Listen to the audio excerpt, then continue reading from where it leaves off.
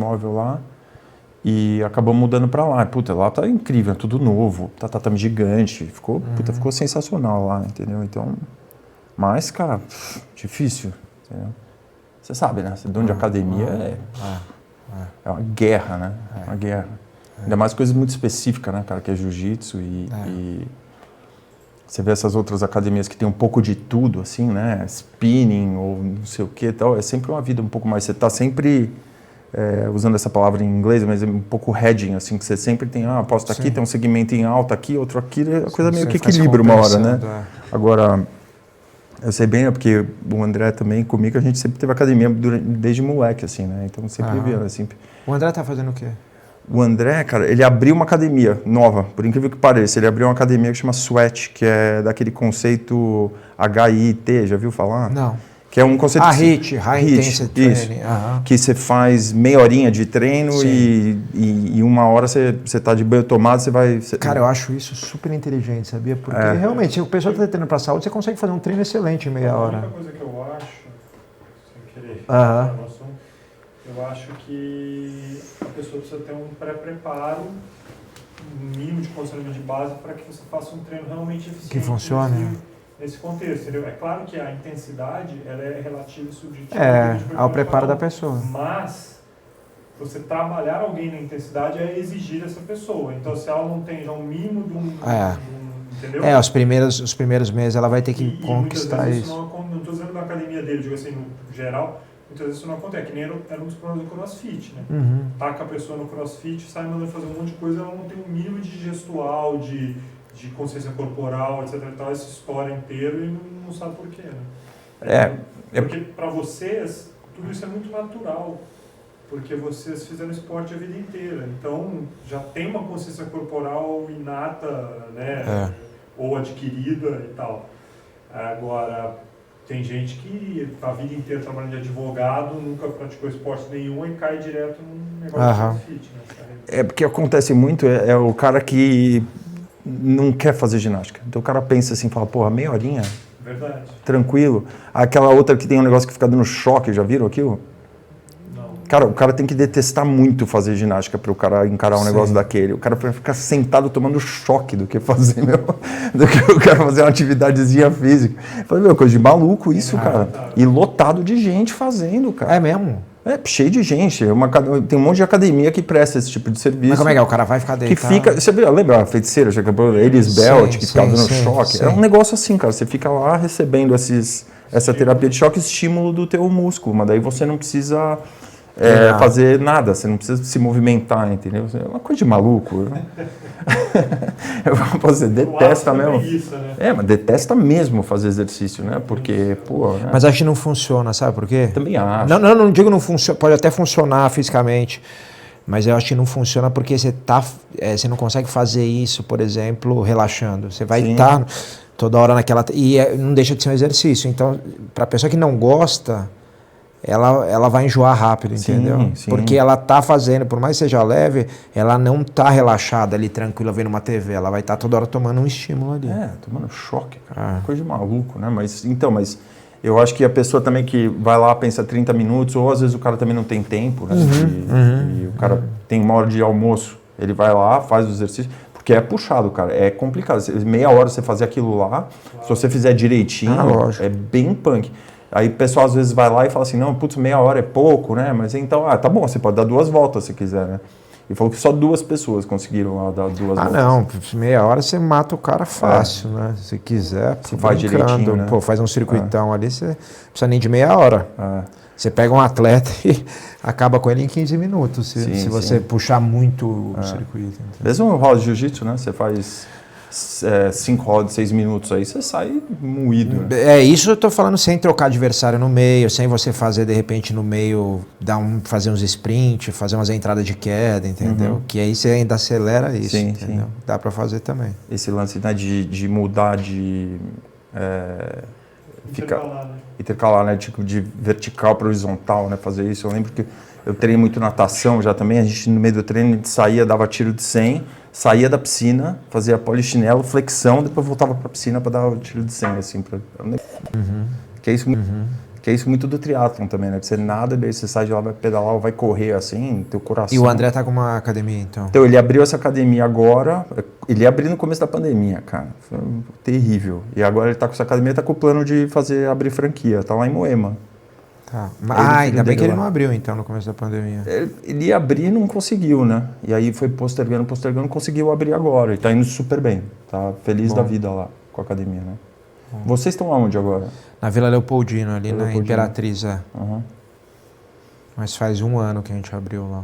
Onde você estava antes? Ali do lado também. Também. Mas era muito grande, um galpão muito grande. Esse aí, que tá Sei. mostrando aí. Uhum. Aí a gente saiu desse, foi para um menor, 1/3 mais ou menos do tamanho, o lugar. E é só jiu-jitsu? Aí tinha outras coisas, mas lá é só jiu-jitsu. Só jiu-jitsu. É. Tipo aquele linha da aliança, assim, que é só jiu-jitsu, não tem funcional, não tem nada. Não tem... Não tem MMA?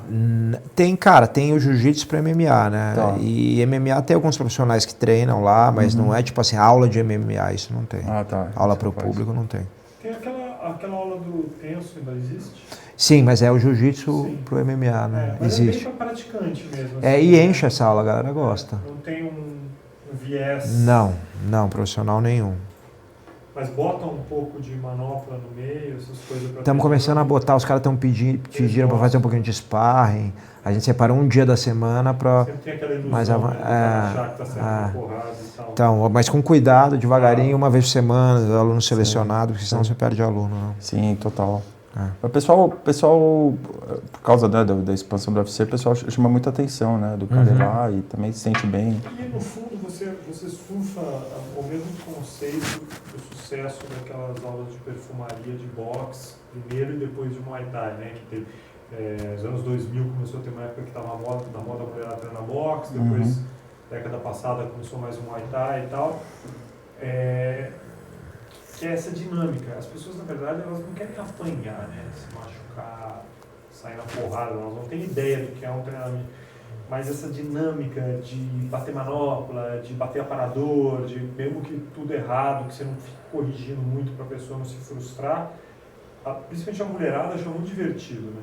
Sim. E tem gente que dá aula assim nos parques, né? Ibirapuera, fica puxando... De lote, na pandemia, de lote, assim, muita gente. E no fundo essa aula, o grappling é mais complexo, né? Essa aula, assim, não dá para você fazer só essa dinâmica. Para você entender o grappling, você tem que corrigir tecnicamente e tal. Mas, no fundo, é a mesma ideia, né? Um pouco mais técnico, mas a mesma ideia de ter esse produto. E aí é inevitável que os caras vão começar a querer botar uns aparadores no meio circuito, essas coisinhas de bate aparador, dá uns sprawl, aí faz um aguardo. E você tem a mesma paixão da aula que você tinha como lutador? Ou... Cara, eu sou professor anti-lutador, né? Porque, na verdade, todo mundo que treina jiu-jitsu, você começa aprendendo a dar aula. Né? Você tem muita essa relação que não tem em outros esportes de luta, né? Por exemplo, judô, o cara é o atleta ou o professor. No, sei lá, boxe, o cara é atleta ou treinador, né? Wrestling. Jiu-jitsu não, você é atleta e professor, até porque a família Gracie, que é uma cultura que foi, assim, muito benéfica para o jiu-jitsu brasileiro, que foi aprender a valorizar, assim, e cobrar pela aula. Por mais que fosse uma coisa divertida que todo mundo gosta, eles aprenderam a tratar o negócio como business, né? Como negócio. E isso possibilita a molecada, por exemplo, do jiu-jitsu, não tem patrocínio, mas ela dá uma aula particular cara, ela dá aula, né, bem remunerada, então isso facilita, vira o patrocínio do lutador de jiu-jitsu é as aulas que ele dá, na verdade, né, o principal. Hoje, lógico, num nível altíssimo você tem patrocínios bem melhores, mas no começo é isso. Então todo mundo dá aula desde novo lá ajudando, às vezes desde faixa azul o cara já está ajudando numa aula, faixa roxa, aí começa a dar aula de marrom, sabe, é comum. Então você, quando você estava lutando, quando você foi subindo, né, de graduação, você sempre teve essa vontade de dar aula também, de ser professor, viver do jiu-jitsu? O que era uma certeza para mim? A certeza é que eu poderia dar aula e ser professor, só depende de mim. Sim. Né? Você ser atleta depende de muitos fatores, né? você ser um atleta assim no nível altíssimo.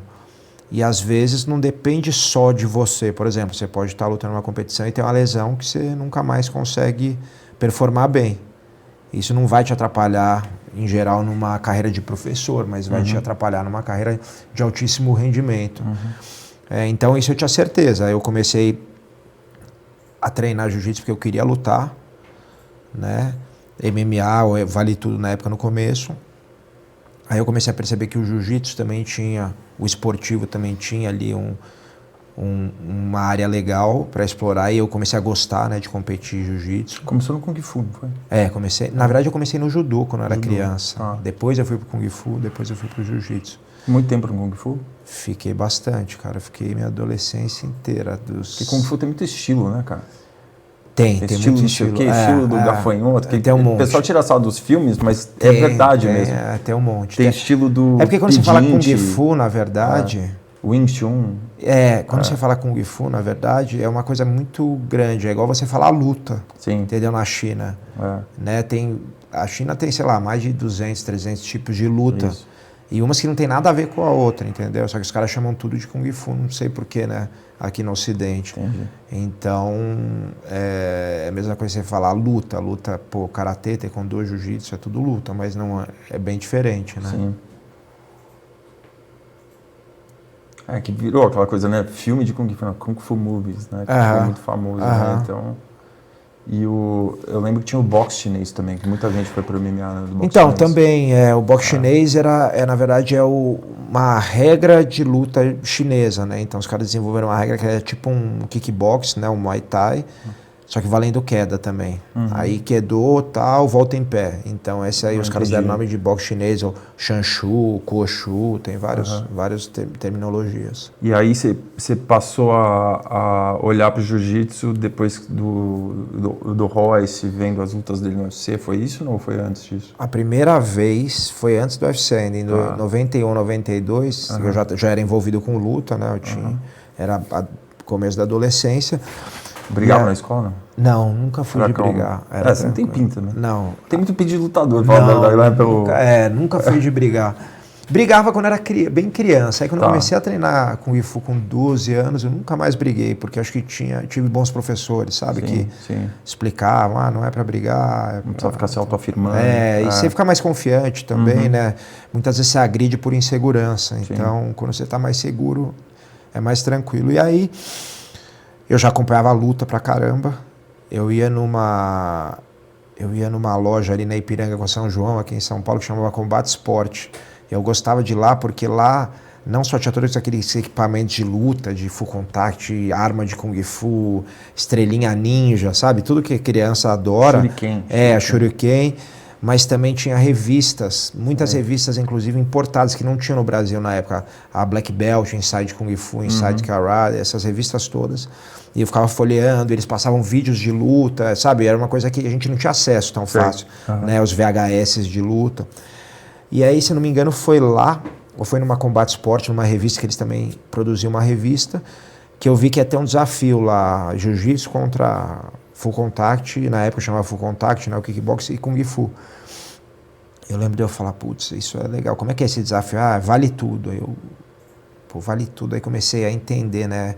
Eles explicando o que era, que a galera não sabia direito. Vale qualquer coisa, vale lutar de qualquer jeito, só não vale enfiar o dedo no olho, chute no saco tal, e uma outra coisa. E dedo na boca também. Alguma coisa assim, fish hooking que eles chamam. Uma outra coisa assim que não valia, o resto vale tudo. Eu falei, isso eu quero ver, porque naquela época, para quem hoje em dia entra na luta agora, não entende que a gente treinava para aprender uma defesa pessoal. Para você aprender se alguém vier te bater, né, que era uma coisa comum até em São Paulo na época, né, briga, tinha muita molecada em rua, gangue e tal. Eu vejo isso hoje ser menos comum, mas era mais comum a violência de rua, né, de briga, de festa, E então você queria aprender um negócio para se defender. Então você ia treinar uma luta, você queria falar, puta, será que funciona? Será que não funciona? Essa era a grande questão. E aí eu olhei isso, falei, cara, vamos assistir. Falei com o meu professor, falei com o Davi, né, que é amigo meu de infância, que campeão mundial de taekwondo, e foi no Ibirapuera. E aí foi a primeira vez que eu vi o que era uma luta de vale tudo. Eu lembro dessa sensação de eu falar, cara, é uma sensação estranha, né? Porque é um negócio violento, é um negócio que te deixa numa impressão um clima meio pesado, mas ao mesmo tempo você fala, cara, esse é o maior desafio que pode existir para um lutador, então eu quero fazer isso um dia. E aquilo ficou na minha cabeça, eu quero treinar para fazer isso. Aí no ano seguinte, isso foi em 92, no ano seguinte, o UFC, só que a gente não sabia, né, porque não chegava as coisas aqui rápido. Né? Novembro de 93, se eu não me engano, estreia o UFC 1. Aí em 94, uns 3, 4 meses depois, tem o UFC 2. E aí chega esse VHS, para mim e pro Davi, para esse amigo meu. Ele que chegou com o VHS, acho que foi até o André que deu para ele, né? Provavelmente estava eu e o André vendo, né? Assistiu. Sempre todo mundo tinha cópia da cópia. Era cópia, exatamente. Todo mundo tirava a cópia. Tirava a cópia. Tal. E aí chegou pro Davi, ele falou, olha isso aqui. Aí eu fui ver e falei, caramba, igual a gente assistiu aquela vez no Ibirapuera. No Ibirapuera é muito interessante, porque quem lutou aquele dia foi o Ralph Gracie, o Renzo Gracie, o Marcelo Bering, que já faleceu. Uhum. E o Renzo depois veio a ser meu amigo e tal, então, até hoje, né? Então foi muito interessante, que ele foi o primeiro cara que eu vi mesmo lutar nessa regra. E aí vi o Royce, cara, quando a gente viu o Royce em 94, a gente falou, nossa, cara, aí ele foi, atropelou todo mundo. Aí teve o UFC 3, o 3, se eu não me engano... Ele ganhou o 3 também. Ele ganhou o 3 também. Não, o 3 foi que ele foi com o Kimo. Que ele não pôde lutar. Que ele não voltou, ele caiu a pressão dele e tal, foi uma luta muito dura. A semifinal, aí acho que voltou um cara... O Kimo entrou com aquela cruz carregando. Exato, nem o Kimo voltou porque perdeu, aí entrou um cara, tal de Steve Jenon, se eu não me engano, não sei se você lembra. Nossa, tua memória é boa, cara, eu não lembro. Eu lembro que do cara que ganhou. Assim, aí ele lutou com um cara lá, um cara meio com aqueles cabelos de mullet assim, né? Sim. Não era esqueci o nome desse cara. Howard, é isso aí. Howard, não sei o que, aí Steve Jenon ganhou. Mas o Royce acabou não lutando porque ele se sentiu mal após a semifinal. E depois teve o UFC 4, que o Royce lutou com o Dan Severn, né? E aquela foi muito impressionante, porque a gente já estava impressionado com ele e já brincando ali, eu, Davi, esse amigo meu, pô, vamos fazer isso, aprendendo uma chave de braço e tal. O André, que era o professor dele de taekwondo, acho que já começou a dar uns treinos com o Pedro Emetério, se eu não me engano. É isso. E aí, que é um aluno, né, do Hélio Gracie. Que tinha um grande amigo do André, era o Marcos Padilha, que treinava com o Pedro. E aí ele levou o André para treinar lá, dar uns treinos. Então já começou a ter uma ideia de... Entendi. Então, aí o André começou a passar algumas coisas pro Davi, que era uma chave de braço, e a gente fazia em casa brincando. E aí eu lembro dessa luta, foi muito impressionante com o Dan Severn, porque a diferença de peso era grande, o Dan Severn era um cara que entendia de luta agarrada, então não era um cara bobo, mas que tinha noção ali quando a luta caía no chão, porque muita gente ainda não tinha esse conhecimento, então você realmente via a eficiência do jiu-jitsu, mas o Dan Severn é um cara que tinha noção de luta agarrada, e ele fica ali, eu lembro do Davi falando pra mim, cara, você precisa de ver essa luta, tinha certeza que o Royce ia perder, não dava mais, não sei o quê. E a gente fala como se fosse um absurdo. A luta acho que tinha, sei lá, com 14 minutos, 15 minutos, sei lá, o Royce acabou pegando ele num triângulo, né? Sim. E a gente fala, nossa, a gente nunca tinha visto uma luta que durasse tudo isso, nem sabia que podia existir uma luta que durasse tanto tempo. E aí foi, aí cara, eu falei, putz, eu preciso treinar jiu-jitsu. E aí fiquei nisso. Mas eu tô te falando aí, eu era novo ainda e tinha uma rivalidade muito grande. Esse é o UFC 1, né? Tinha uma rivalidade muito grande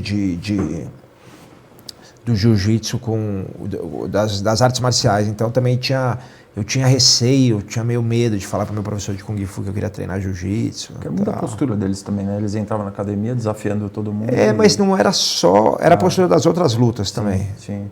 É que o jiu-jitsu, a galera era confiante, porque sabia que... Sim. Mas os outros também era a mesma coisa, só não era tão confiante, né? Sim. Mas era a mesma coisa. Não, porra, não era só com o jiu-jitsu a questão. Qualquer outra coisa que fosse treinar, não vai treinar, não. E aí foi indo, e aí até que eu comecei a treinar, e foi. E quando você começou a treinar, você sentiu já muita aptidão já? Você falou, puta, cara, isso aqui eu tô me sentindo muito bem aqui. É uma coisa que você já pensou, que você falou, puta, cara, é uma coisa que eu vou fazer durante muito tempo, que é uma coisa que eu tenho muita aptidão. Eu não sei se isso foi só comigo, mas o jiu-jitsu é muito agradável, né, de treinar. Sim. É muito gostoso, então a galera se vicia muito rápido. Acho que por alguns... Primeiro que, cara, eu gosto de esporte, então quem gosta de esporte, né, arte marcial, ela também é um esporte. Então tem essa parte física tal, que é muito, muito legal. Aí tem o negócio do jogo ser muito inteligente. Então você fala, putz, eu tô sendo amassado ali por baixo, daqui a pouco você consegue dar um triângulo, uma chave de braço. É um negócio para quem tá começando muito impressionante, né? Você conseguir fazer aquilo simplesmente porque você aprendeu a técnica e você conseguiu colocar ela. Não é porque você é mais forte que o cara, não é porque você está numa posição melhor, porque teoricamente você está por baixo, está numa posição que o cara tem a gravidade a favor dele, né? E você tá ali numa posição mais defensiva. E aí você consegue fazer um negócio desse aí, cara, você fala, nossa, é muito legal. E aí eu acho que o que acontece, você começa a treinar muito. E eu acredito muito nisso. Eu acho que tem a parte mental, eu era muito focado, muito obcecado. Eu acho que esse talvez seja meu maior talento. Mas o talento vem com o treino do dia a dia mesmo, né? Eu acho que, com certeza, eu ter praticado esporte a minha vida inteira, desde criança, tá envolvido com isso, né? Jogar bola, jogar handball, jogar vôlei, cara, brincar, né? Na época nossas brincadeiras diferentes de hoje eram muito de correr, subir em árvore, pega-pega, essas coisas, muita coisa física. Acho que isso tudo vai criando uma memória que vai te ajudar, com certeza, né? Quando você vai fazer um esporte, né? Diferente de você ficar só na frente de uma tela e depois resolver fazer esporte, você não vai ter essas habilidades, talvez. Então, acho que...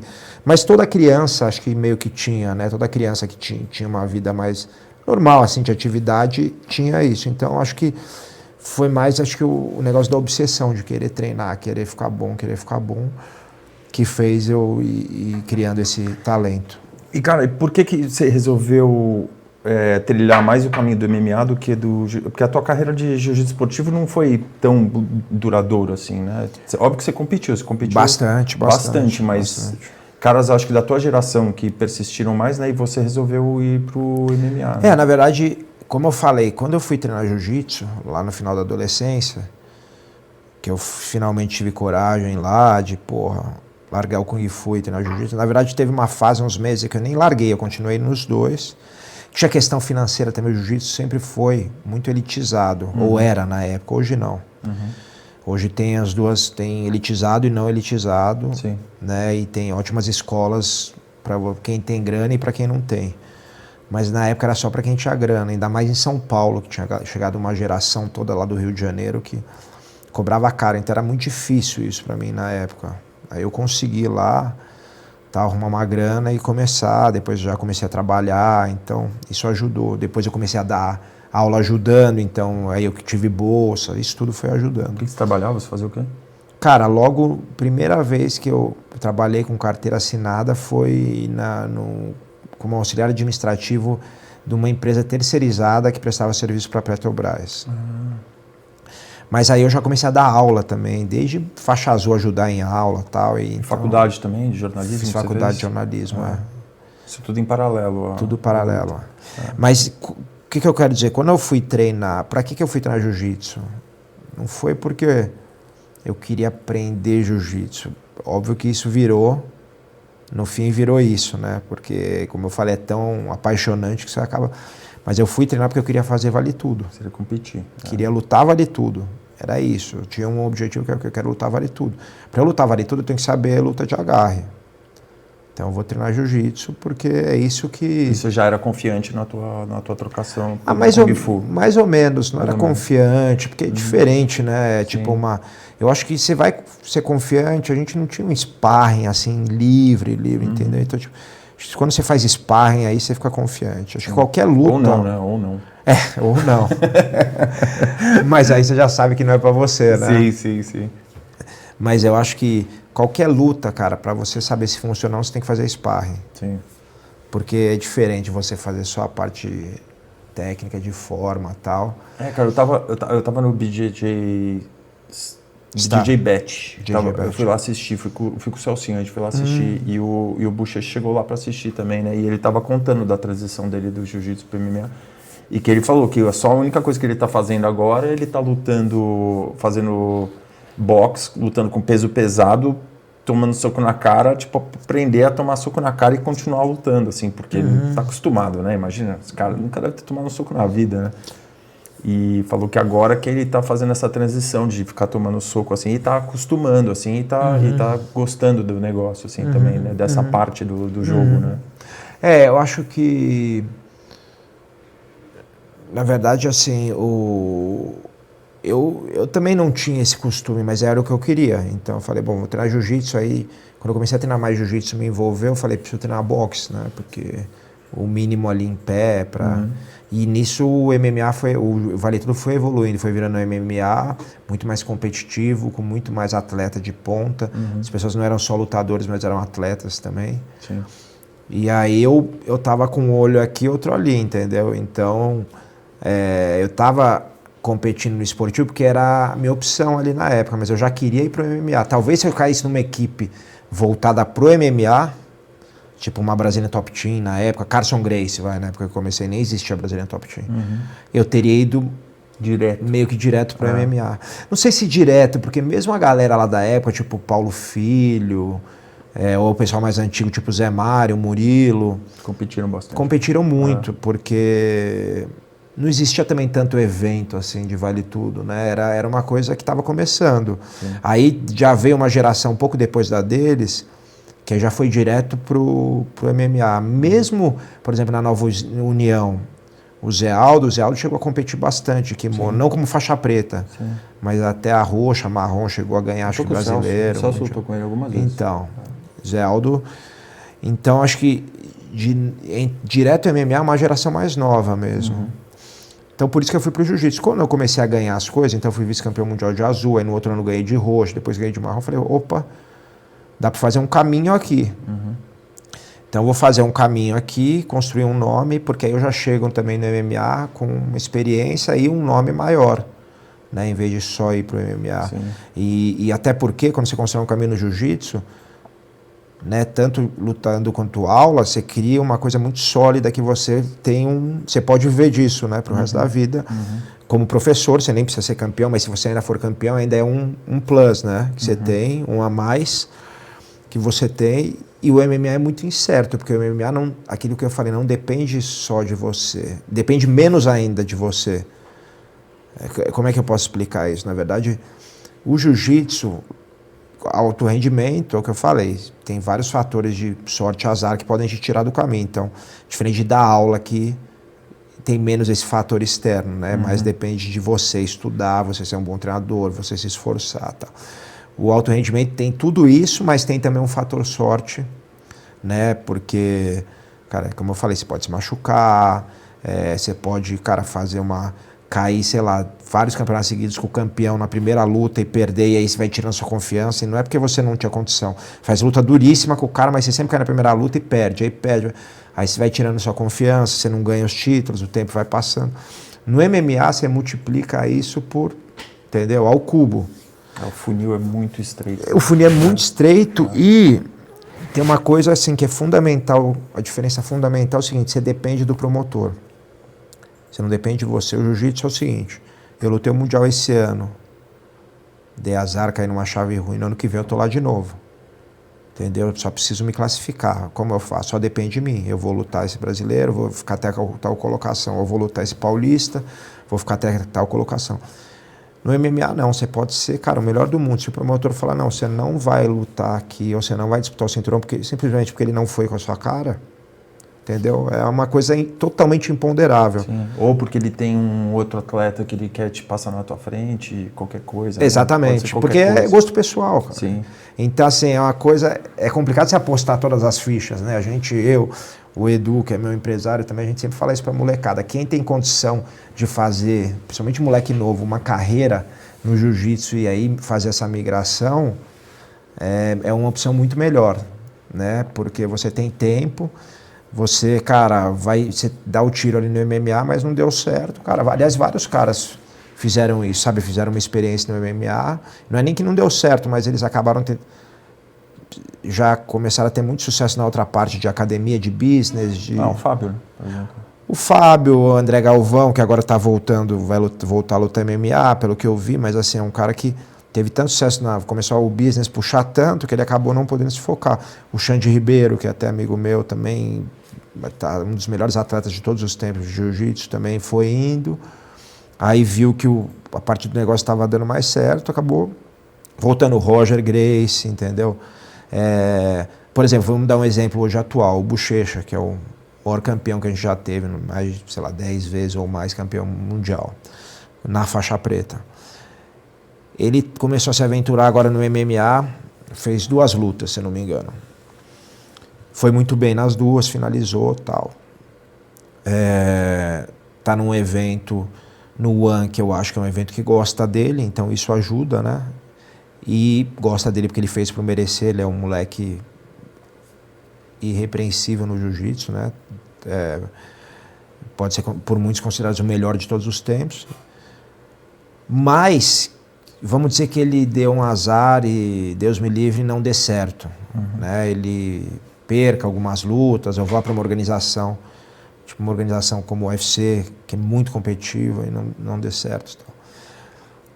Cara, ele volta e ele vai ter sempre, cara, o sucesso dele ninguém tira que ele teve no jiu-jitsu, entendeu? Sim. E ele pode ser um puta professor, treinador, dar seminário pro resto da vida.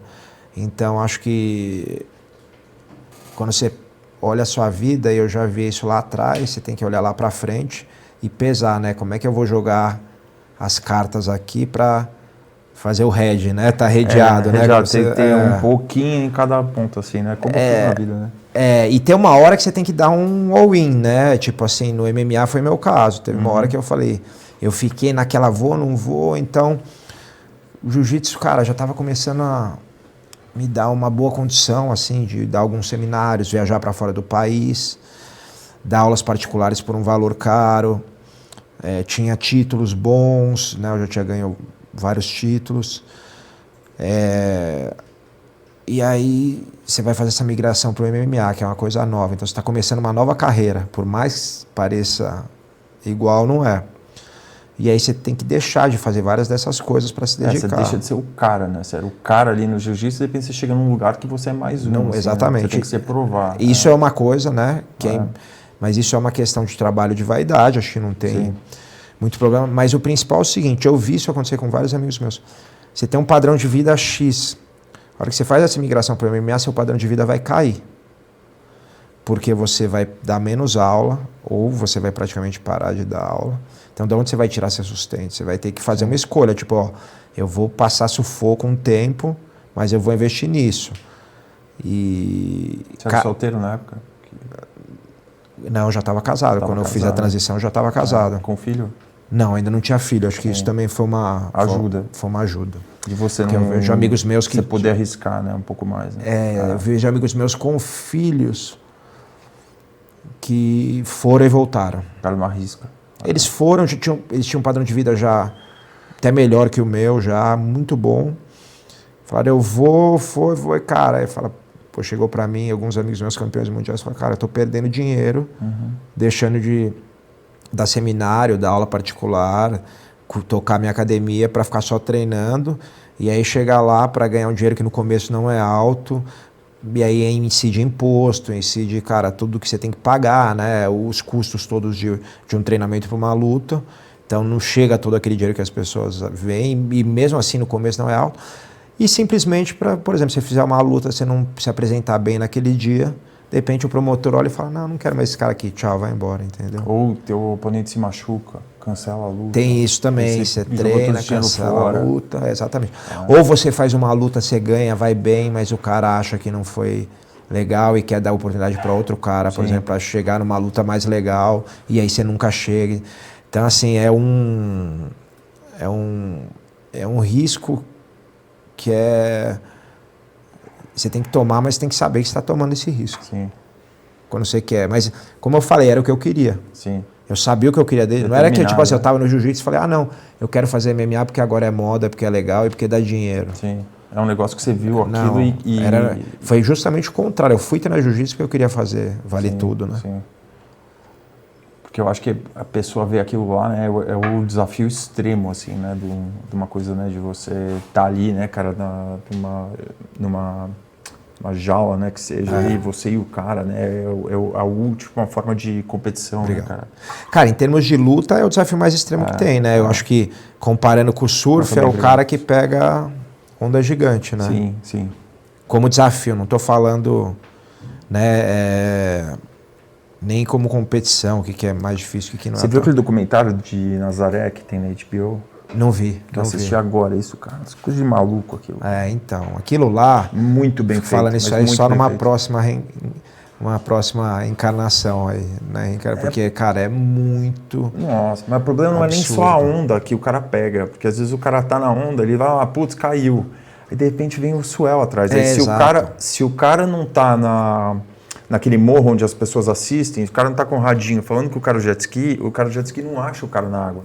E o cara fica tomando vaca na cabeça uma atrás da outra. Não, e cara, quem nunca entrou no mar, acho que até quem entrou pra lutar já uma luta de campeonato, independente de qualquer coisa, taekwondo, judô, entende o que é a adrenalina de uma luta. Sim. E aí você multiplica isso pra entender o que é um evento como entrar num UFC com milhares de pessoas vendo ao vivo, mais milhões no mundo e no maior desafio que você tem. Quem nunca entrou num mar mais bravo, não tem noção do que é aquilo. Eu lembro que a gente era moleque, eu, o Davi, né, esse amigo meu. E Davi tá em todas, hein? E o Rad, que é um outro amigo nosso lá de Floripa, que mudou pra Floripa quando ele era novo. A gente ia pra lá sempre, né, pegava o ônibus aqui e ficava lá qualquer férias mais longas que tinha, a gente pegava o ônibus aqui à noite. Chegava lá de manhã e ficava lá 2 semanas na casa dele e tal. E aí eu lembro na época eu pegava onda de bodyboard. E a gente foi na Joaquina um dia. Pô, lá é forte. E aí... Lá é forte. Então, depende do dia, né? Nesse dia tava grande, muito grande. E aí eu lembro que, cara, tava um clima meio nublado, assim. Aí o rádio olhou e falou assim, esse amigo nosso, falou assim, nossa, tá um climinha de morte hoje, né? Aí ele falou, não vou entrar não, porque ele também entrava. O Davi não pegava onda, mas a gente pegava. Ele também entrava. Aí eu falei, vou entrar. Aí eu entrei, cara, acho que eu levei uma meia hora pra passar a arrebentação. Mas eu lembro que naquele dia, tinha um surfista do meu lado, ele falou, cara, eu tentei entrar ontem, não consegui, vou tentar hoje de novo, mas vamos ver se dá. E a gente foi indo, passou. Cheguei, só que naquele dia eu nunca tinha entrado no mar daquele tamanho, tinha mais ou menos 2 metros de onda. E era um negócio assustador, eu nunca tinha visto aquilo na minha vida, assim, deu olhar e falar, cara, eu não quero ficar aqui, eu vou embora. Parou? Parou. E aí, só que aí você entrou, né, você tem que sair, né? Sim, que é o pior. Parou. E não tem canal, nada, você sair. Sim.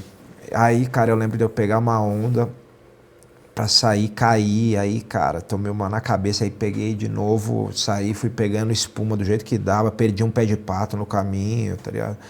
Mas foi um sufoco. E aí eu fico pensando, cara, aquilo era uma onda de 2 metros, que é uma monstruosidade já, né? Você imagina, cara, essas ondas que os caras pegam de 9 metros, 10 metros, 12 metros. Nem sei o tamanho. Cara, tem de todo tamanho, mas essas de Nazaré é muito grande. Muito grande. Cara. De Waimea, Maverick. Waimea. Coisa de maluco aquilo, cara. Eu fui pra Waimea, mas não tava... Waimea, quando não tem onda, é totalmente flat, né?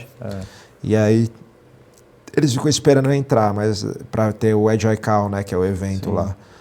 E todo ano eles esperam. E só se der a onda gigante, eles... Só se der... Quando entra o swell lá, é grande.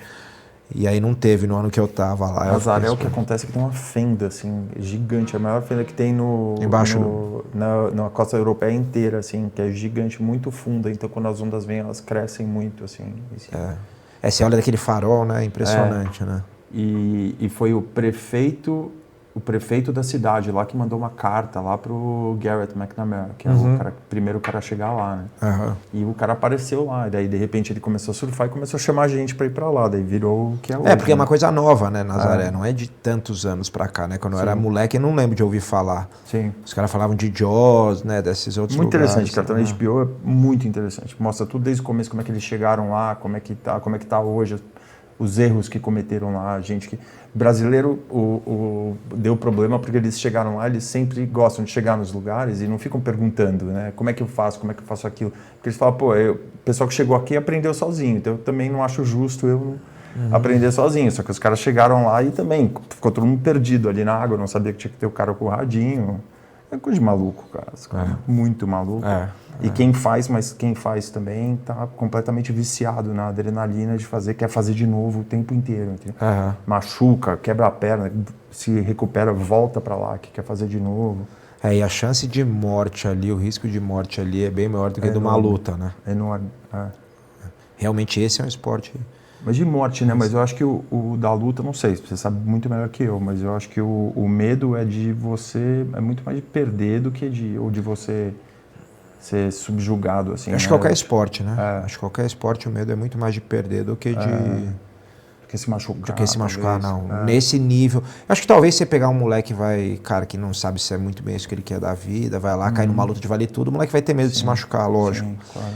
Mas num nível que eu lutei, que é o nível mais alto que existe no mundo, tem ninguém com medo de se machucar ali, entendeu? O cara pode até pensar isso racionalmente, né, durante o treino, puta, se eu me machucar aqui, tá, mas assim, o cara nunca vai, isso não passa pela cabeça dele quando ele tá lutando, né? Porque é raro acontecer, né? Do cara ter uma condição tipo essa do Conor McGregor, que o Anderson teve, que o Weidman teve, né? Dica, isso é raro. É raro e isso, assim, é uma lesão recuperável, né? Sim. Por mais feia que seja olhar aquilo, é uma questão de tempo ali, cirurgia e calcificação de novo. Tem lesões piores, né? Mas tem acontecido mais, né? Não tem? Não sei se foi coincidência ter o Weidman e o McGregor sofrerem, né? Porque começou muito esse negócio, essa técnica de ficar dando chute aqui na... Não, mas do McGregor foi ele pisou no chão, né? Ele pisou, já estava meio machucado e tal. Não sei, pelo que eu vi... E aquela luta, e aquela lesão ainda caiu do céu, né, pra ele, né? Caiu, porque ele tava apanhando. Já tava tomando um pau na luta. Tava tomando um pau. E foi um jeito jeito apanhar de novo, né? Dos caras conseguirem contar uma história diferente, sim, né? Sim. Aí não baixou tanto a ação dele. Quem entende sabe, né? Sabe. Mas assim... Que ele ia perder, né? Pra luta. Quem entende de luta, 10% de quem tá assistindo, entendeu? 20%, sei lá. Que entende assim, não é que entende pra cacete. Tô falando que entende um pouco mais, né? Bom, você pega uma torcida de futebol, né? Quantos por cento entendem um pouquinho ali de futebol, entende o que é um treinamento, entende, né, o que é um esquema tático. A grande maioria é torcedor. É difícil aquele cara ter fome ainda também, né? Quem? Que esse cara, o McGregor, né? Cara, acho que isso... Mesma fome que os outros. Né? Eu acho que isso não tem a ver com... Então, depende do que você dá valor na sua vida, né? No caso dele, talvez seja difícil, porque ele é um cara que dá muito valor pro dinheiro, né? Parece que dá, pelo menos a gente nunca sabe o quanto é marketing e o quanto não é. É um cara que dá muito valor a isso. Bota o dinheiro assim como uma coisa muito importante. Cara, o Kelly Slater ganhou todo o dinheiro que ele podia ganhar e continua, entendeu? Até outro dia com vontade de ganhar. Ser campeão. Cara, o Messi, o Cristiano Ronaldo, os caras, não é problema, não é dinheiro, né? Muito ganhar, né? E os caras continuam com fome de ganhar. Então, assim, é a gana de ser o melhor, entendeu? É isso. Então, depende, qual que é seu drive, né? O que te faz você querer... Não estou nem julgando, não estou falando... Total. Né? Acho que é muito difícil. Tá tudo certo. É muito difícil. É difícil. Muito difícil. E se o drive do cara é dinheiro, porra, o cara conquistou tudo e conquistou a grana e tá certo mesmo. Entendeu? E beleza, não tem nada errado nisso, mas... O meu, por exemplo, não é, entendeu? Não é grana, é querer ser sempre, cara, e provar que funciona, que vou usar o jiu-jitsu lá, então cada um tem o seu. E então é isso, eu acho que fome tem a ver com o que você coloca ali como seu alimento, né?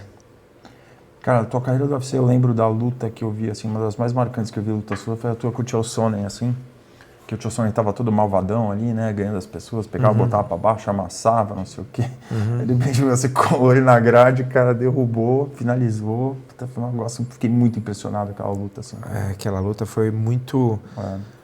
Foi uma coisa muito interessante até pra mim, porque eu não sabia o que eu tinha feito ali, né? Foi uma coisa muito natural ali, o jeito que eu entrei em queda e o jeito que eu caí no triângulo.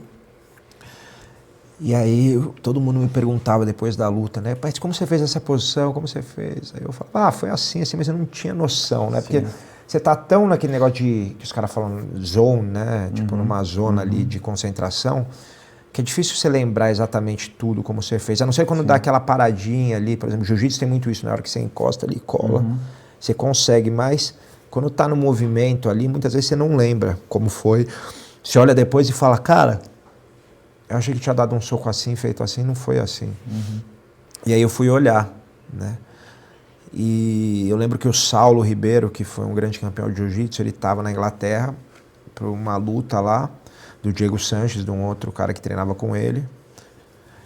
E eu como eu estava com o corner, só o Alejara, que era meu preparador físico, e o Vanderlei Silva, que era um parceiro de treino, um amigo, né, o Vanderlei, que todo mundo conhece, tal, ele me ajudava nessa época, eu treinava muito com ele em Las Vegas, ele veio.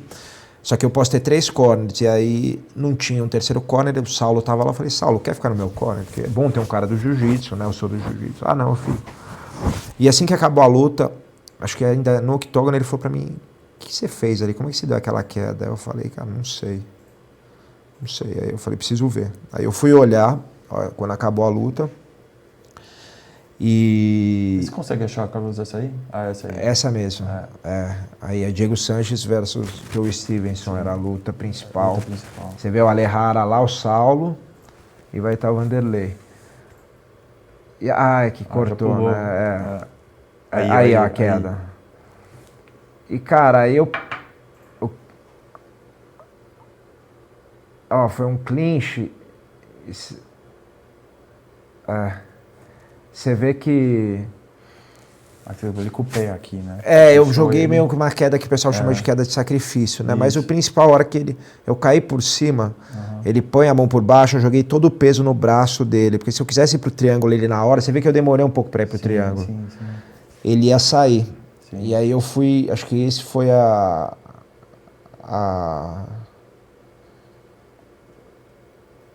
minha percepção ali, que foi a queda foi o seguinte, depois eu entendi, eu dava muito uma aula de defesa pessoal nessa época, eu ainda isso foi 2009, começo de 2009, eu parei de dar aula assim constantemente começo de 2008, né, por causa do UFC e tal, entrei no UFC final de 2007, mas eu dei muito essa aula e muito seminário de defesa pessoal, que o cara te segura assim na gola, sabe, e você enrola o braço e faz meio que essa queda de sacrifício, né? E aí, cara, entrou essa posição, eu enrolei o braço dele, eu dei uma ajoelhada, e aí quando eu dou a ajoelhada, ele meio que dá uma reação ali. E aí eu entrei embaixo dele e deixo meu pé direito na frente dele.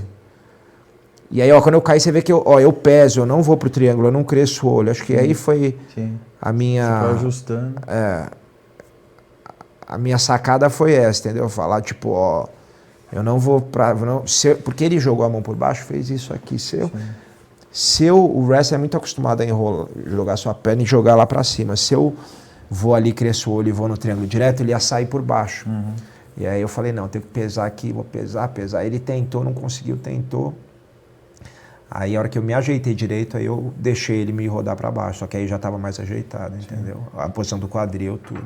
Ele falou com você depois da luta? Ele falou, meu, puta, o que você fez? O que aconteceu? Ou não? Logo depois eu não lembro, mas a gente já falou muito depois disso. Ele é um cara, que eu sempre me dei bem, é um cara gente fina, inteligente, é um cara que tem umas sacadas engraçadas. Sempre gostei dele.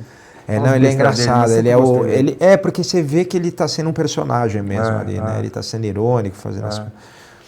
Então... Não sei como ele é pessoalmente, mas eu sempre ele é um cara engraçado, inteligente, inteligente. É como o Bisping, por exemplo, que o Michael Bisping é um cara assim também. O cara que faz o trash talk, mas de uma forma engraçada, inteligente. Eu acho bem mais legal do que eu vejo muita gente fazendo hoje. Puta, quando o cara tenta fazer, não consegue. Não, ou quando ele faz só tipo xingando, tipo, que não tem o mínimo...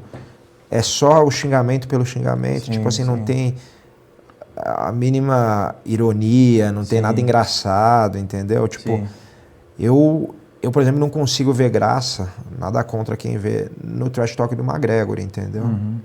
Eu não consigo ver, tipo, o mesmo tipo de sagacidade que o Bisping tinha, que o Sonnen tinha. Sim.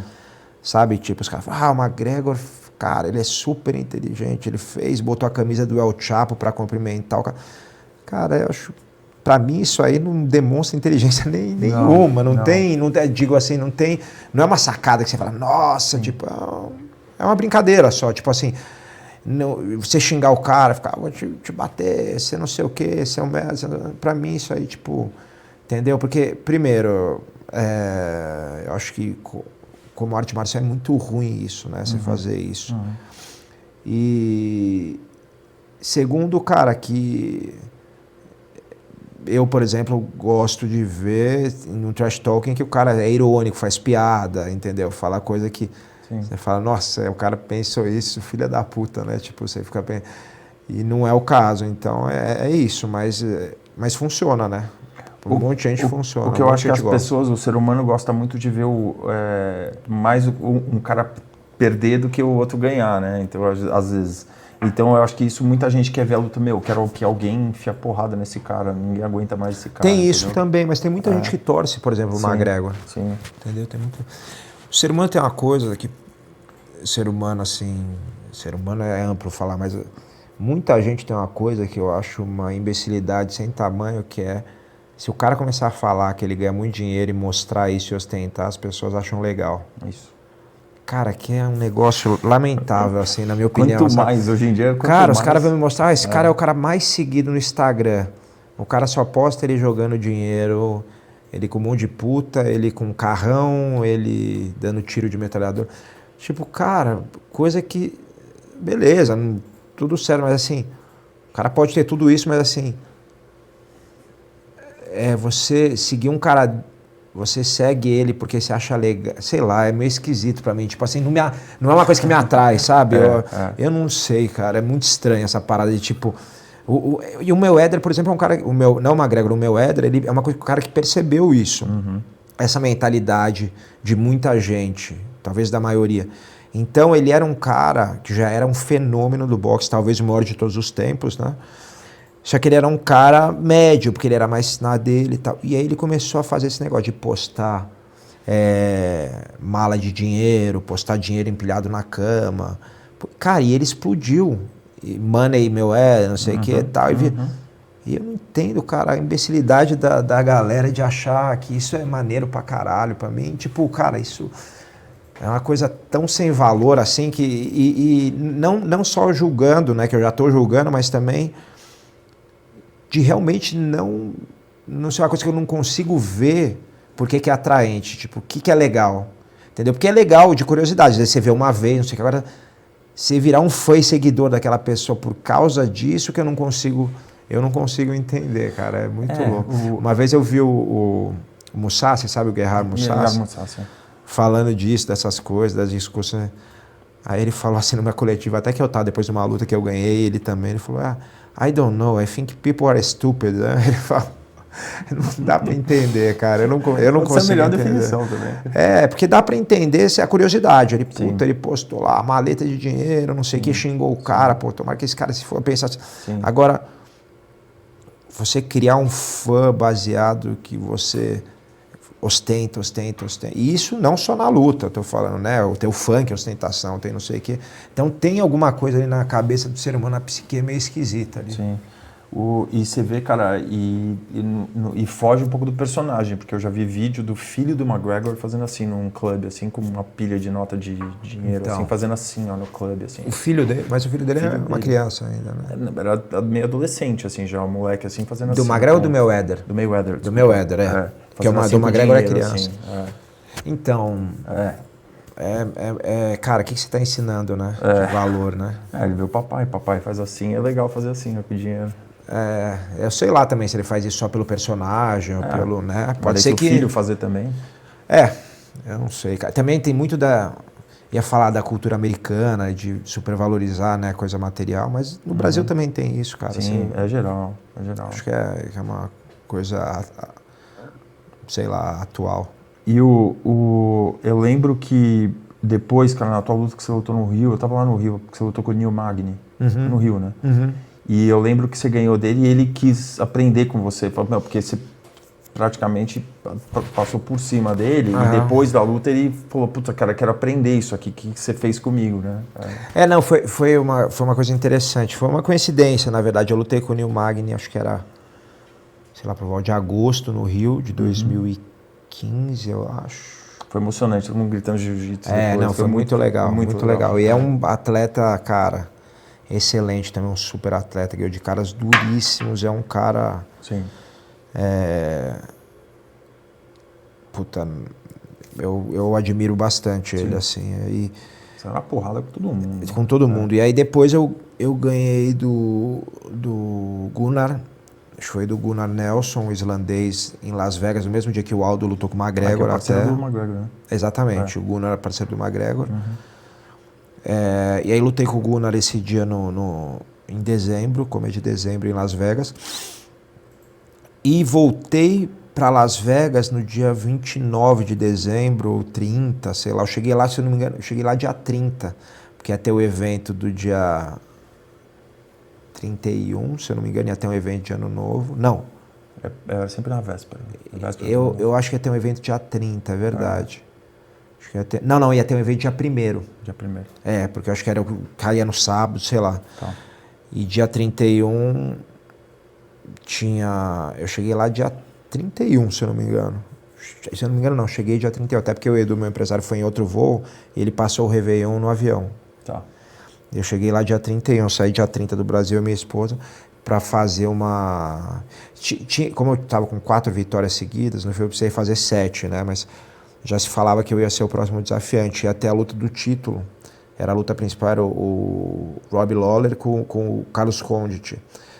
Então eu estava ali na primeira fila, que talvez fosse o desafiante, acabou não rolando, porque ofereceram outra luta, a gente não quis pegar, teve uma confusão lá. Mas eles marcaram, o UFC marcou para eu ir lá assistir, e marcou também para eu dar um seminário num UFC Gym, que é uma franquia que eles têm, né, de academias do UFC, para o grande público, né, mais de hobby, assim, então. E aí o Magni estava lá também para esse evento, e aí ele pediu, posso ir no seminário que você vai dar? Eu falei, claro, pô, pode ir, a gente já lutou, tá tudo...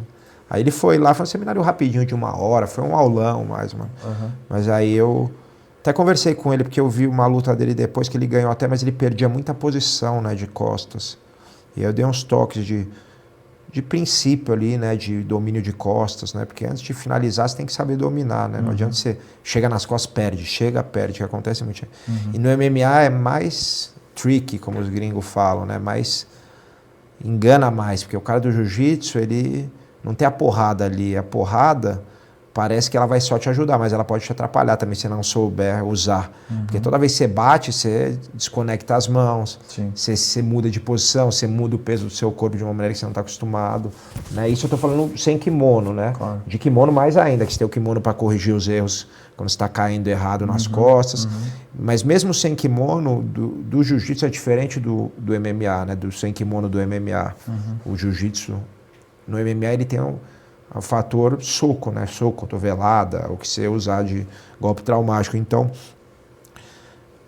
você tem que adaptar. Acho que isso que foi o que eu fiz muito bem, né, na minha carreira. Acho que melhor do que todo mundo foi adaptar a hora que você luta, jiu-jitsu, a hora que você dá um soco, a hora que você luta, dá uma cotovelada. Porque parece simples, parece que é só montar e sair dando soco, mas não é tão simples quanto parece, sabe? Toda vez que você vai dar um soco, você está mudando seu centro de gravidade, você está dando uma abertura para o cara escapar, para o cara inverter a posição. Então você tem que entender isso. E depois que você baixou de peso, o teu jogo mudou bastante, né, cara? Ficou muito mais eficiente, né? Ou não? Eu acho que a gente foi na verdade foi um resgate que foi devido mesmo ao plano tático da equipe toda, da minha equipe de treinadores. Então o Edu, que é meu empresário, meu head coach também, ele passou a ser meu head coach e trazer o jiu-jitsu de volta. E aí, Você treinava o Shogun também, né? eu treinava o Shogun também, como você faz para trazer o jiu-jitsu de volta? Cara, preciso investir mais nessas lutas de agarre, vou treinar mais boxe ou mais wrestling, né? Vou treinar mais wrestling, porque é o que vai me ajudar a melhorar minhas quedas dentro do meu jogo de jiu-jitsu. Que jogar mais por cima também, né? Mas jogar por cima é uma questão muito também de regra. Porque se você ficar por baixo, por mais que você ataque, o cara quase pegou, mas ficou o round inteiro, os caras vão dar o round pro cara que ficou por cima. Então, não achar que o cara tá na posição dominante. Outra coisa que acontece, você puxa pra guarda, é uma opção, mas o cara amarra você ali 5 minutos, né? Antigamente na luta ia 10, 15, 20 minutos, uma hora você desenrolava, mas agora o cara sabe, ele segura, começou a tomar um sufoco, ele te empurra e fica em pé. Entendeu? Então tem esse complicador. É desfavorável. Né? Tem também uma coisa que é o seguinte, como hoje em dia o juiz volta muito a luta em pé, o pessoal tá perdendo um pouco aquele jiu-jitsu mais refinado, tá? Mais aquele jiu-jitsu de sobrevivência. Então se você cai por cima de um cara desse, é muito mais fácil desenrolar a amarração dele do que quando você cai por baixo. Quando você cai por baixo, o cara tem mais ferramenta ali com a gravidade, né, para te amarrar, para tentar voltar em pé. Quando você cai por cima, ele se complica um pouco mais, porque o cara... A grande verdade é que a galera tá desaprendendo um pouco de jiu-jitsu. Então, quando você cai por cima, muita gente não sabe muito o que fazer. Ele quer se embolar e torcer pro juiz voltar a luta em pé. Porque acontece isso. E às vezes não só da queda, né, mas de você fazer esse wrestling empurrando na grade também. Você dominar, isso é muito importante também. Isso é fundamental, porque nem o wrestling, nem o jiu-jitsu esportivo tem... O que eu falo que são os dois planos, né? O plano horizontal e o vertical. E o MMA tem. Isso é a única, que eu me lembro, é o único esporte de luta que tem os dois planos. Até o boxe também, né? Contra as cordas e tal, mas é diferente. Dopa. É fudido, né? O nome dali. Agora, então, eu percebi isso lá para 2012, 13, eu lembro de eu pensar, cara, isso é uma luta nova de grade. E a galera acha que sabe, mas essa luta de agarre na grade, a galera sabe muito pouco. E dali eu desenvolvi bastante coisa, sabe? Muita coisa ali. Continuo desenvolvendo.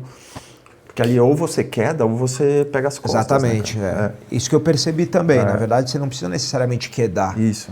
O cara é duro de quedar, mas ele pode dar as costas ali, entendeu? Você não precisa manter ele no chão necessariamente quando ele cai. Você não precisa necessariamente só manter ele no chão. Você pode, a hora que ele levanta, ele pode ser que ele te dê as costas. Então, nossa, via a cara dos caras quando você dava as costas pra você, o cara ficava com a cara de desespero. Porque com o Condit, né, e com o Matt Brown também. Porque, cara, é uma posição ruim de cair, né? O Matt Brown você estrangulou ele com o braço só, não foi? Foi. Na verdade, eu ponho um braço e ponho minha axila por cima. Os caras chamam de Maia-Leão. Tá. Que eu agarro outra parte. Assim, eu escondo minha mão de ataque, né? Tá. A mão que tá atacando, eu escondo ela com a minha axila. Em vez de eu segurar em cima do bíceps, como o mata-leão tradicional, eu escondo ela embaixo da minha axila. E aí o cara não consegue mais abrir esse ângulo aqui, né? De puxar aqui. E aí eu venho com a outra e seguro o meu tríceps. E aí eu consigo aplicar essa pressão, assim. Então não chega a ser... Apesar de eu fazer algumas com uma mão só, essa não chega a ser totalmente... Com o Ben Askren foi a mesma do Matt Brown. Isso. Foi o mesmo... As duas foi esse Maia-Leão. Sim. O Ben Askren aposentou depois daquela, né? Da tua luta, não foi? Acho que ele não lutou mais, é verdade. MMA acho que ele não lutou mais. Foi se meter lá na luta de boxe com o cara lá. Os caras vão por causa do dinheiro, né? É que é muita grana, né? Também, é muita grana, cara. Sentado no sofá lá, vou lutar com esse cara, vou agora. E outra, né? Eu acho que nem é ruim, cara, pro esporte, porque você chama a atenção de um público que não assiste, né? Luta. Não assiste. Aquele freak show, assim. O cara quer ver, de repente uma parcela daquela vai se interessar por saber a história do Ben Askren, por exemplo, por que ele foi parar ali, né? Parcela mínima, mas vai. Então acho que é interessante para o esporte. Você cria uma concorrência também para os eventos, isso é bom, porque... Dá uma bagunçada ali, né? Dá uma bagunçada, dá uma mexida. A concorrência é bom sempre, né? Aquele moleque é bom de conversa, aquele Jake Paul bom, também, exato. E o outras, universo dele, né? Você vê agora, por exemplo, tem cara que fala, não, eu quero que meu contrato acabe porque eu quero lutar, porque eu sei que eu vou fazer, sei lá, muito mais dinheiro. Com a thriller, né? E aí você obriga os eventos a pagarem mais. Então, vai puxar. É bom isso, na verdade. Eu não acho ruim, não. Aquela luta do Holyfield, cara, com o Vitor, Muita gente falou, pô, que absurdo o Holyfield ter lutado, mas pensa, o cara lutou boxe a vida inteira. Ah, pô, você não quer, $500 mil pra lutar com um cara de MMA lá, pra fazer um round de boxe? Pô, eu vou agora. Lógico. Vou fácil. Lógico. Aí foi lá, tava meio sem perna ali e perdeu a luta, mas não dá pra condenar o cara pra aceitar uma luta dessa, porque o cara vai hoje de novo se mandarem, né? Lógico. O cara nunca mais vai ver esse dinheiro na vida, né? Acho que você nunca pode condenar ninguém. O cara que entrou lá, cara, tem que ser aplaudido, porque ele não é fácil, né? Você entrar pra fazer uma luta, tudo que envolve você botar ali sua cara para as pessoas te julgarem, não é uma... É bem extremo, assim, né? Qualquer coisa, acho que, cara, até um cara que é músico, vai tocar, o cara está se colocando à prova, o que a grande maioria das pessoas faz, de repente, fechado e tem seus fracassos e vitórias e ninguém vê, o que ela não vai ter nunca o prazer que a gente tem quando a gente tem uma vitória, mas também ela não vai ter o impacto de uma derrota tão grande, o desprazer, né, tão grande. O cara, para se colocar lá, ele se coloca nessa posição de poder ser esculachado por milhares de pessoas. Então isso aí tem que ser respeitado. Cara, e ninguém tem sucesso sem ter insucesso, né, cara? Não tem. É muito mais insucesso do que sucesso. Todos os caras que eu tenho falado aqui, né? Porque eu comecei isso aqui na pandemia, assim, né? Que é uma coisa que eu sempre quis fazer e eu nunca fiz porque não tinha tempo, né? Trabalho com outras coisas. E aí eu resolvi trazer aqui, cara, tá sendo um privilégio para mim, que eu sempre trago gente muito interessante, que nem você, que nem o Fábio, que foi aqui, que me sentou, que foi legal pra caralho. E eu não ouvi nenhuma história, cara, que não tem uma história horrorosa de tristeza por trás. O cara sofreu muito, se fudeu muito para conseguir ter sucesso, entendeu? Então, eu acho que uma coisa que a geração atual, assim, não entende muito bem, assim. Eu acho que se tem um pai ou um esporte ou alguma coisa que ensine ele, ok, mas a sociedade está muito montada para livrar o sofrimento das pessoas o tempo todo. E o sofrimento que faz desenvolver, não tem jeito, né? Como é que você vai ficar bom no jiu-jitsu sem tomar amasso todo dia e sofrer e perder e tentar de novo, né? E acho que também a gente está falando da sociedade de uma elite da elite, né? Que a gente está falando, da gente que tem uma certa condição social em São Paulo. 0,5%. É uma minoria, a grande maioria ainda continua sofrendo, continua encascorando, mas é importante você entender que, cara, é o que você falou, nem tudo é livrar a pessoa de desconforto, entendeu? A pessoa, né, hoje em dia tem muito essa cultura nessa sociedade, mas numa parcela pequena, mínima da sociedade, que é uma parcela economicamente muito privilegiada, tal, da pessoa se sentir ofendida por qualquer coisa, esse tipo de coisa, né? Não saber lidar com as coisas, sempre ter que pedir ajuda para alguma coisa, seja o governo ou lei, ou, né? Mas acho que isso aí é importante, né? Importante, cara. Marcial, porque é uma geração, essa geração de hoje, essa molecada que, sei lá, que tem 20 anos, é uma geração, não tem muita culpa, mas você vai lá, você quer ouvir uma música, você aperta um botão. Você quer comer a comida, não sei o que, você aperta um botão. Você quer, qualquer coisa, você aperta um botão. Você quer namorar, você aperta um botão. Aí, de repente, chega no mundo real, opa, peraí. Chega lá numa academia de jiu-jitsu, opa, peraí, você tem que treinar 10 anos para pegar uma faixa preta. Como assim? Eu aperto o botão, como é que é isso, né? É verdade. Então, é difícil, assim, como pai, assim, é um negócio que você tem que... Muito difícil. Você tem que ensinar e passar valores e tal, e mostrar que a vida não é só isso, né? Não é essa facilidade toda que todo mundo tem hoje em dia, né? Cara, muito difícil e eu penso isso bastante, assim, como pai, né? Que eu também... Quantos anos tem teus filhos? 10 e 8. Eu tenho 12 e 10. Tem uma menina de 12 e um menino de 10. Né? Mesma coisa, a menina de 10 e o menino de 8. A menina vai fazer 11 e o menino vai fazer 9, agora começo do ano. Mas eu fico pensando, porque eles têm uma condição muito melhor do que eu tive, né? Não só essas coisas que você está falando, né? Das facilidades inerentes à tecnologia de hoje em dia e do mundo ser mais fácil, mas também de financeira, né? Muito mais fácil para eles, né? Eu tive que, desde moleque, pegar ônibus para cima e para baixo, passar sufoco, não ter grana para fazer porra nenhuma, né? Ter muita restrição de não poder fazer muitas coisas. Mas isso forjou, né? Uhum. Forjou quem eu sou. Sim. E eu fico pensando isso com eles, porque como é que eu vou fazer para forjar? Esse é um quebra-cabeça que eu tento resolver constantemente, sabe? Forjar, o esporte é obviamente uma opção, né? Excelente, mas é uma coisa de você prestar atenção nisso, porque eu uma vez encontrei o Bruninho, teve um evento, sabe o Bruninho do vôlei, o filho do Bernardinho? E eu lembro que eu perguntei isso pra ele, né? Ele gosta de luta, tal, ele tava num evento, que era um evento que o UFC fez lá no Rio, isso estou falando acho que 2011, 12, alguma coisa assim. E eu tava conversando com ele e falei, cara, como é que você fez pra ser, né, talvez um dos melhores, se não já foi o melhor levantador do mundo, uma das melhores seleções do mundo, sendo que seu pai, cara, você já teve tudo ali, né? Você teve uma condição boa, e ele falou, o pai dele pai da mãe, né? É, A exatamente. mãe também é super campeã. Na verdade, a mãe dele não é a Fernanda. Ah, não é? Não, a Fernanda A Fernanda é a segunda mulher. É, segunda mulher. Que ela tá namorando um cara, meu vizinho. É? Tô vendo ela todo dia. Então, na verdade ela... É filho da Vera Mossa, não? Eu não sei. Vera Mossa. Ele é filho da Vera Mossa. Bom, eu não sei. Também, super campeão. Exato, mas...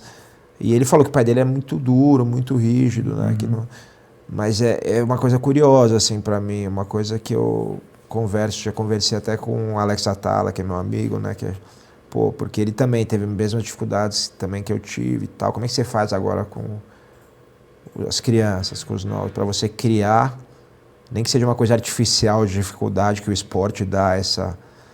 Como nenhuma outra atividade, né? Ele te dá essa possibilidade, mas de uma forma que você encascore as crianças, você ponha elas para lidar com desconforto e faça elas crescerem, sabe? Tem um amigo meu, o segundo que veio aqui, né? Um cara chamado Lapovian, né? Como ele chama? Chama Marcelo Lapovian. É armênio. Armênio. Ele foi um dos únicos brasileiros a competir em Olimpíada de Inverno, né? De esqui, né? Teve a Olimpíada de Nagano, ele era o único cara com a bandeira lá na comitiva. Sério? Né? Então ele competiu alguns anos, eu acho que foram 1 ou 2 Olimpíadas, Mundial, né? Aí um momento ele decidiu que não era pra ele, né? Ele viu que ele nunca ia ser campeão, ele falou, pô, meus amigos todos correndo, ganhando dinheiro, eu vou tocar a vida, né? Eu vou começar a trabalhar. Aí ele estava esquiando de brincadeira, teve uma lesão seríssima, a perna dele torceu no meio, ficou 5 anos tratando da perna, assim. E ele começou a estudar muito, né, essas coisas de motivacional, essas coisas, acabou virando headhunter. Inclusive, quando o UFC veio para o Brasil, ele que indicou o Giovanni Decker para o UFC, para ser o CEO deles no Brasil, né? E ele está escrevendo um livro agora sobre o por exemplo, qual é a diferença do Tim Cook para o Steve Jobs, né? O Tim Cook é da expedição lá. Não, o Tim Cook é o presidente da Apple, que virou presidente da Apple depois que o Steve Jobs morreu, né?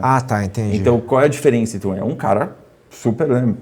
Tipo, um cara nível de excelência absurdo, né? Mas aí tem o outro que é mais que ele, assim, que nem a gente estava falando. O leigo olhar, não consegue ver a diferença entre um e outro. E ele está estabelecendo um paralelo a todos esses caras excepcionais, o que eles têm de diferente. Ele falou que todos tiveram uma ruptura, de alguma maneira, assim, entendeu? Que ou brigou com o pai, ou teve uma morte, ou aconteceu alguma coisa muito ruim na vida deles, assim, mas alguma coisa que gerou essa dificuldade de ter que superar uma dificuldade muito grande na vida para chegar num nível de excelência alto, né? E a gente teve um papo muito interessante aqui, porque ele estava falando de como que ele vai fazer isso com o filho dele também, que o filho dele teve uma condição também de vida excelente, né? Tudo que quis na vida, e ele pensa nisso o dia inteiro, como é que eu vou colocar essa ruptura na vida dele, assim, entendeu? Que às vezes não é que seja uma coisa artificial, assim, ou botar um moleque no exército, não sei, alguma coisa assim, mas E ele pensa nele, ele está acabando de escrever o livro agora, mas ele só fala disso, né? Você falou nisso, eu lembrei. Que ele só pensa nisso, como é que ele vai passar isso pro filho dele, né? Acho que esporte é uma puta ferramenta. Sim. Luta, então, eu acho que é o pináculo, é o topo do topo, né? Porque esporte é uma puta ferramenta. Quando você fala de luta ainda, você tá mais no alto ainda, né? Puxando a sardinha pro meu lado, porque você está lidando com vaidade no nível mais alto, né? Não é você só perder. Sim. Você perder, às vezes, apanhando, tipo, sendo o que eu odeio essa palavra, mas que as pessoas consideram humilhado, entendeu? Tipo, que não existe isso quando você está lutando lá, mas tipo assim, uma vez meu filho falou assim pra mim, nossa, o time tal humilhou tal time. Eu falei, cara, não existe isso em esporte, não existe você humilhar o outro. Os dois estão lá jogando ou lutando ou fazendo o que tem que fazer. E os dois, ninguém humilhou ninguém. Foi uma competição e você tem que respeitar. A pessoa só usa esse tipo de termo quando ela não está dentro do mundo esportivo e ela não sabe o que significa isso, né? Porque você, tem que ter todo o respeito pelos dois ali, porque é difícil você se colocar ali à frente. Sim, total. Só meter a cara lá, você tem que ser muito homem ali pra arriscar tudo ali, né? Colocar tudo ali. Eu vi que eu tava lá no BJJ Stars, né? Fui lá ver o Celso lutar e eu vi que você recebeu homenagem lá, né? Aquele título. E é uma coisa que você vai perseguir agora, a luta de... Eu quero fazer. Luta de jiu-jitsu? Eu quero fazer. Eu tenho muito convite, inclusive do BJJ Star, mas de vários outros eventos. E é uma coisa que eu tô a fim de fazer, sim. Eu tô a fim porque é o que eu falei. Eu tô me sentindo muito bem ainda, né? Treinando e eu luto pelo desafio, né? Por eu fazer um camp para uma luta e falar, putz, eu vou tentar aplicar essas coisas que eu treinei aqui. Isso para mim é o maior estímulo, mais do que o dinheiro seria a segunda parte do negócio. A primeira parte é essa.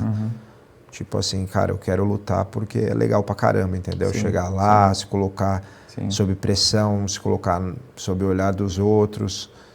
Luta não existe certeza nunca, por mais que você ache que você vai ganhar, sempre tem o outro do outro lado. Sim, total. Então toda essa situação me agrada e de você treinar, então você tá lá construindo um negócio que você vai ter um dia para provar ali, isso é bom, entendeu? Tem um objetivo, né, do dia a dia. Mas você treina todo dia, né? Eu treino todo dia, 2 vezes por dia. 2 vezes por dia. Jiu-jitsu. Não, ainda treino o MMA também. Treino... Você tem luta no UFC ainda para fazer? Não, a minha última luta foi a última do contrato. Ah. Eu faria mais uma se eles quiserem, entendeu? Eu tenho vontade de fazer mais uma, mas aí depende muito mais deles do que de mim. Se rolar, eu faço ano que vem. Tá. Se não rolar, com certeza algumas lutas de jiu-jitsu eu vou fazer ainda. Depende, né? Você eu vi que o Durinho lutou agora com o Hulk e também com o contrato com o UFC. Eles não ligam, né, de você lutar. Teoricamente não. Eles podem, se eles quiserem encher o saco, né, eles... O Durinho se machucou, né? Na luta? Não sabia. Machucou o joelho. Ah, é? Eu não sabia. Geralmente eles não encanam, não. Eles até poderiam por contrato. Mas geralmente eles não encanam, não, de você fazer lutas de agarre, né? Lutas de luta agarrada. E o nível desses eventos está muito legal, né? Deu uma subida, né? Tanto o BJJ Bash quanto o BJJ Stars, assim, ficou muito bacana. Quando entra dinheiro, né, cara, o nível sobe, não tem jeito. E o Giovanni tá no BJJ Stars agora. Né? Eu vi ele lá, encontrei ele lá. Legal. Bom, cara, que bom. Obrigado pelo papo, cara. Valeu, obrigado. Tô fãzaço, muito feliz de você estar aqui. Ainda mais todas essas ligações aí com o André, meu irmão, com o Davi, com o meu irmãozinho também. Conheço o Davi desde pequenininho também. E muito legal você estar aqui, pô. Portas abertas aí quando você quiser voltar. Valeu. É um prazer. Obrigado, foi muito bom. Obrigado. E vai um dia lá na... Eu vou, cara. Vou lá na escola vou treinar, com o Davi lá. Vai lá que o Davi tá treinando lá. Eu vou ver se eu vou com o André e com o Davi. Foi a falar academia, mas a gente chama de escola lá. Escola? Escola da MMA de Jiu-Jitsu. Tá. Ali na Vila Leopoldina, pouco pertinho. Sim. Daqui lá. Tô devendo a visita lá. Eu vou 20 minutos tá lá. Vou lá, vou estrear minha faixa preta. Bom. Fui graduado tá sábado. Bom. Parabéns. Obrigado. Parabéns. Eu vou lá com o André e com o Davi lá, a gente dá um treino. Tá bom. Valeu. Tá bom. Valeu. Obrigado, irmãozão. Valeu. Valeu.